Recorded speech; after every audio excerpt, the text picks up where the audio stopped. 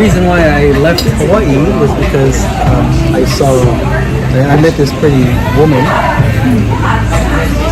Actually, it was Ate Tera that introduced me to her. Her name was Myrle. I couldn't find her, so I ended up with this one. And what's your name, ma'am? Myrtle. What are the odds of finding two women With the same name, Myrtle.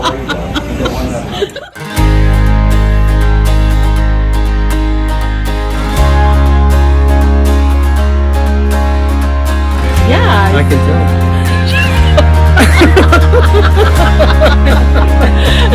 Okay, so let's introduce ourselves. How do we know each other? I was born here, and when I Do you remember when I arrived in the locale? Yeah, you were wearing a blue dress. No, how old were you then though? Because I don't really remember you as a young child. I only remember you when you're like kind of being here going Kadiwa and you're already, hanging out with us. Yeah, because I came here in 81.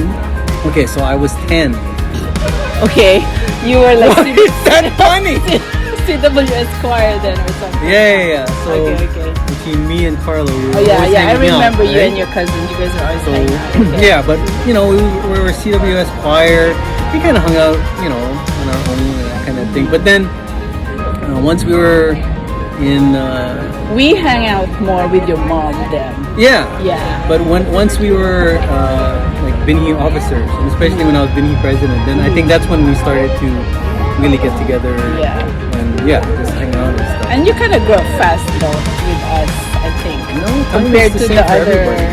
No, I mean, I just about the didn't theory feel of relativity? I didn't feel old though, because we all hang out later on, like as if we're all just Kadiwas. Yeah. Right.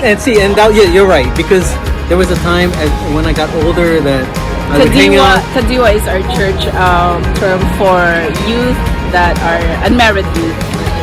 Yeah, and there were 18 and above. There were a group of you, like you, Joseph, Liz, Rael, and I would hang out with you guys, even though I was the youngest one. So that's how we kind of got together. Yeah, and then when we have activities, we're always together. And there was a time you were Kadiwa president. Not until I came back, but I was active with the Kadiwa, right? Oh yeah, that's true. I just remember we did like a show, like an FYM quiz show, remember? Oh yeah. Yeah, you were already Kadiwa president. Yeah. What was I? I don't remember. I don't remember what your office was. Was I VP or secretary? Probably VP. I would say. Okay. So it's been a while, but that's interesting how I ended up to Myrtle, which it was really not planned at all. It was just because of church activity that we thought would be fun, like pen pal. The reason we were introduced was because Myrtle wanted to start a pen pal project. So she talked to Acapella, and Acapella said, This is the snail mail back there, right? Yeah, it's a snail mail. So she said, you have to talk to the Kadiwa president from Honolulu, which happened to be me. So I picked up the phone and I'm like, who is? But then they explained it, and I thought, wow, this is pretty good. Unfortunately, the only ones that actually started the pen pal was me and Sister Myrtle. So I was like, what is that? No, you told me you already like her voice. You can even see how she looked like. So you run into my apartment and you go, Ate, how does she look like? Because I met Myrtle back then when she came to visit here, but you were... Yes! Oh, you didn't know this story? Oh my gosh. So when Myrtle came to visit us here, Paul was already in Florida. You were studying there, and then so they didn't really meet. That was 1993. Yeah, and so when they spoke on the phone, supposedly to start a project together, like pen pal, the slow. He found his own pen pal. Yeah, and he's like, oh, she sounds interesting. Do you know how she looks like? And I think we didn't have Facebook back then. Yeah, so no pictures. Photo. Yes, so I had to look at my album, which back then, of course, we had our albums, and I showed him the picture, and he goes, this is the one. This is the one. He just knew. And then later on, he comes back to me again. He was like crying already. And I said, why are you crying? He goes, oh, I thought she likes me, but she's going to go to this big church activity and she's supposed to meet this guy. And I said, well, that's fine, because then she'll see the difference, right? If you're really that good for her, right? I mean, why are you so worried? But I thought she already liked me. But why does she have to go to this big activity to see this guy in another state? And I'm like, well, maybe that was planned before you met her. Yeah, that's what I heard. But he was just being a baby. And now, look, almost 22 years now. Yeah, so that was meant to be. That was a very good, that was the most fruitful activity. That didn't even start, right? No. I mean, they were just thinking of having a pen pal activity with church friends or church members in different countries back then, using snail mail. Yeah, because Facebook, and Facebook and all the social media was not invented back then. Email, right? Oh my gosh, we're telling people how old we are. No, but it's so funny when you look back now, because everything now is so easy. You can check out a girl like on the other side of the world by just looking at Facebook, social media. Yeah, without even talking to the person, you can find out everything about that person. You can even see videos about that person. Exactly. Right? Without even talking to them. Yeah, once. and what's her family look like and everything else. But back then, he had to run to my apartment and ask for a picture, an actual printed picture. You ended up being phone pals. Yeah. Oh, that's expensive too. Yeah, back then. Long distance. Oh my gosh. And she's in Toronto side, right? In Toronto. East Coast side, and we're in Hawaii. Yeah, so it's not even, it's international rates, right? So I'm like, oh my goodness, why am I paying all this? It better be worth it.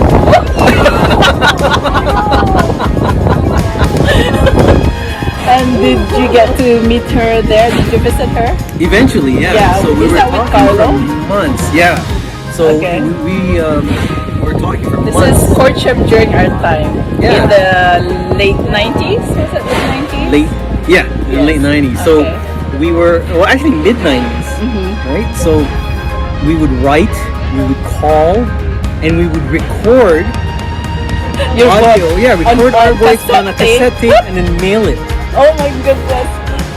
And I think she has some of them too. Oh, that's cool. That's cool. So yeah, that's the way we would communicate. Yeah. You know? And isn't it cool also that when you brought your cousin to meet her, your cousin ended up with her friend? Yeah. Right? Yeah. That's really cool. That's really interesting. And they moved here.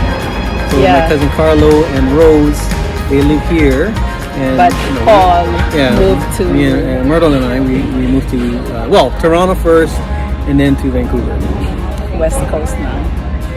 So, how often do you visit Hawaii and why? I want to say every year, but I think realistically it's COVID, every 2 years. But COVID, obviously, really delayed that.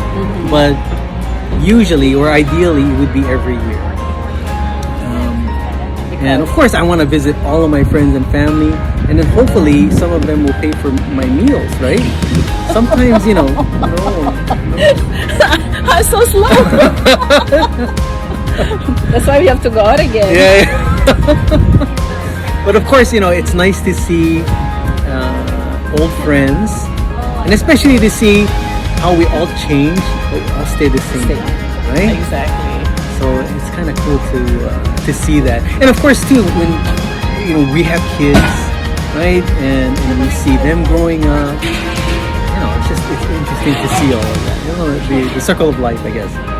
But I think what makes us still friends and is that we took it to a different level, which is because we're all members of the church, and at the same time we also feel like we're family more than just friends. Yeah, right? Exactly.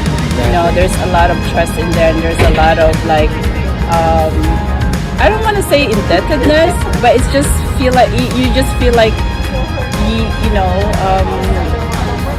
it's a normal thing to do, to be with each other, to have, you miss each other, and when you get a chance to see each other, it's a good feeling. Yeah, and actually it is also trying to relive the past, kind of remembering all of our memories, and that's why it's fun for us to get together, because then we talk about our history and all of the things that we used to do, but not just remain in the past. We also think about what we do now and what we're hoping to do in the future. Yeah, we've moved on a lot. I mean, we've like from young people who, we're just hanging out back then. We didn't have money, we didn't have jobs. Exactly. And then now this guy can afford to keep coming home. What do you do again? Tell us your job. I have lots of jobs. It's true though. But okay, so one of the things that I am proud of is that I'm at a point where, I own my own business. Oh, you do? Yeah. So you didn't even tell me that. Yeah. Okay. Oh gosh. So I am happy and quite proud that now I'm at a point where I own my own business. I own an engineering firm, and it affords me. Did you buy off your boss? Yes, I did. Yeah. So what kind of engineering? I design audio and video systems and network systems as well, security systems as well. Technology. So the name of my company is PA Technology Consultants. Can you guess why it's called PA Technology? All Alegado. Oh, she's so smart. You didn't update me on that, your business. So your boss retired? No. But the nice thing is that it affords me actually some time to do other things that I like to do. Which is? Noelani's Hawaiian Paradise, which is a Hawaiian catering company, is something that we do with my family. And also I do detailing, car detailing. Oh, you know that? Yeah. No. So I do that as well. Gosh. Yeah, so it's better than just a 9-to-5 job. You know what I mean? And sometimes you can choose your clients. Yeah, exactly. You can choose not to do. Yeah, and I'll be honest. Even though I'm here, I have been working, but it's running your business. Yeah, and I don't mind that because it is my business. So it's kind of like raising a child. There's no vacation from raising a child. Yeah. So the same thing. I'm trying to raise my business, and I try to take time off. But if something that needs to be done, it has to get done, and I'm happy to do it. So your catering business, do you have like an office for that, or you cook it from home? I just cook it from home. Do you have people helping you? Just Myrtle and Noe. For real? Yeah. Wow. And we've catered for as many as 100 people. Wow. So it can get kind of hectic, but as long as you plan it properly. So when you say cater, do you just deliver the food, or you do set up too? We just deliver. And what kind of clientele do you guys have? Because it's kind of Hawaiian stuff. Yeah, it's the clientele actually varies. It's some people who miss Hawaii, who may have gone there or here. They taste the food, and then they find out, I didn't know that I could have it here. Others, they just want a Hawaiian theme, right? For their parties. Exactly. Yeah. So maybe they've never been to Hawaii, but they want this Hawaiian theme, and so they looked us up and they asked us to. So your ads are like social media and stuff. It's all on social media. Oh, that's cool about that business, because you don't really need an office or an actual restaurant. Yeah, actually, overhead. it's very interesting. You're right. It's very interesting that the amount of marketing can be done with very little overhead. I don't have to buy magazine articles or ads or anything like that. Everything is just on social media, and I can share that to my friends, who will share that to their friends, so on and so forth, right? Yeah. So And the same thing with my detailing company too. I don't do ads. I just did it, and I shared it. Other people got interested. Word of mouth. Yeah, it's all about word of mouth. Where did you get that entrepreneurial spirit? I'm sure it was from my mom. Because my mom was kind of the same way, that's right? True. Very she ambitious was always, person. Yeah, and always going on business trips. Yeah, exactly. But it's about the drive of doing something, right? Being productive. You know, and she told me that one of the most important jobs. I remember actually, you as somebody who cooked. No, because I When did you wasn't. develop that? It was only because I miss Hawaiian food. Right? You When I wanted to moved, eat, so yeah, you when I moved cooked. to Toronto and even to Vancouver, you know, I wish I had, I could get a chicken katsu or I can get mac salad or things like that. And I couldn't find it anywhere, or they were expensive, or they didn't even taste that good. So I figured, you know, I'm just going to try it myself. And then I figured, why don't I find out if other people want this? And they actually do. So we actually started it in 2015. I didn't even realize that until I saw pictures. No, I did see, but I didn't know that you were doing it for real. Yeah. Yeah. I know you're always joking. So, so I don't know how far. You've been coming back over and over again, but you think how's the progress of Hawaii, or let's just say Oahu, Honolulu area? Is it fast enough or not really over the years? To be honest, it's changed, but the way that Hawaii operates is still the same. And in my opinion, it's a lot of different types of stores. Maybe the store names are different, and you know, obviously there's new construction and things like that. But the whole idea of Hawaii and the way Culture. the whole culture of Hawaii is the same, and it's not that good or necessarily. bad? Yeah, that's a good question. It's different from North America or from the mainland, right? So if you are used to a certain style of business, and it's more fast-paced or more New York style or something like that, you're not going to find that here. However, if you enjoy life and you know it's more than just business for you, and business is kind of just one of many other things that you want to do, yeah, then Hawaii is nice. What are you looking forward to at your age? I'd like to be able to walk without being sore or waking up without being sore.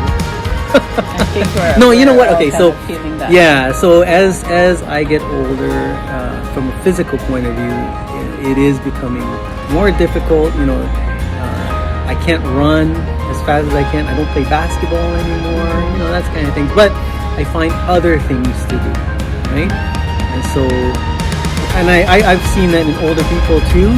And now I feel that I'm doing it. That's good. Right? Yeah, because you don't want to be bored like when you finally retire. Yeah, exactly. You should just kind of create or learn something new that That's would right. interest you. I was just speaking to a friend of mine in Vancouver. I don't really understand the concept of retirement. Like, to me, life is about, you know, constantly doing something, you know, finding a goal or trying to achieve it. And so if you're just sitting around doing nothing, how long can you last? You know? I'm kind of feeling that way too. That's kind of my idea. Maybe retirement from what I do now, but I don't think I just sit around. Yeah. I would do something else. Maybe something else that I enjoy more too. Yeah, but see, that's why for me, owning my own business was ideal because I'll do it for as long as I can. You can choose. Yeah. Not like when you're working for somebody. Exactly. And even when you're working for someone that they might push you out or they might fire you or so on and so forth. For me, owning my own businesses, I can do as much as I put the effort in. Yes. So even things like catering, to be honest, I don't really actively pursue it, but if I really wanted to, I could. You could, yeah. The same thing for detailing. Yeah, I was gonna ask you about your catering. If later on, if you decide to pursue it a little bit more, what kind of food are you gonna start to get into? Well, when I first started, it was all about plate lunches. I wanted to coffee. The plate lunches that I remember from like Growing up. L&L's and Yes. Grace's Diner and all of that stuff. But now, and it's important to see that now in Hawaii, where the certain like flavors of Hawaii have changed. Yes. Right? Yes. So now it's not Finally. Yeah. Fusion. Yeah, exactly. So it's not about mac salad anymore. You Yes. know, it's still good, but things like smoky nachos. That was a real new one for me. I never thought of that. That they would go together Yeah. too. And the type of chips that they use. So things like that. And Maybe it's that's a still good thing that, you know, part of your vacation is you keep eating because now you're picking up more Exactly. flavors. And So now I'm trying to understand, well, what's still considered local food, right? Without it being old or without it being a copy of, say, Japanese food or a Korean food, so on and so forth. So, you know, then I can, you know, write it off too. maybe one of these days you cannot even call it certain type of food. You could just say it's food. It's good food. Yeah. Right? I mean, if it's just a mixture of anything and everything, Yeah. it's I cater good food. That's right. That's right. Or maybe I don't call it Hawaiian food. It's the food of the islands. So whatever that could Flavors be, of the right? islands. And it's changing, so Yeah. I'm changing too. Yes. Oh, that's nice. So, with your family, your daughter's growing up and all that, what are you hoping for to still be doing after a couple of years?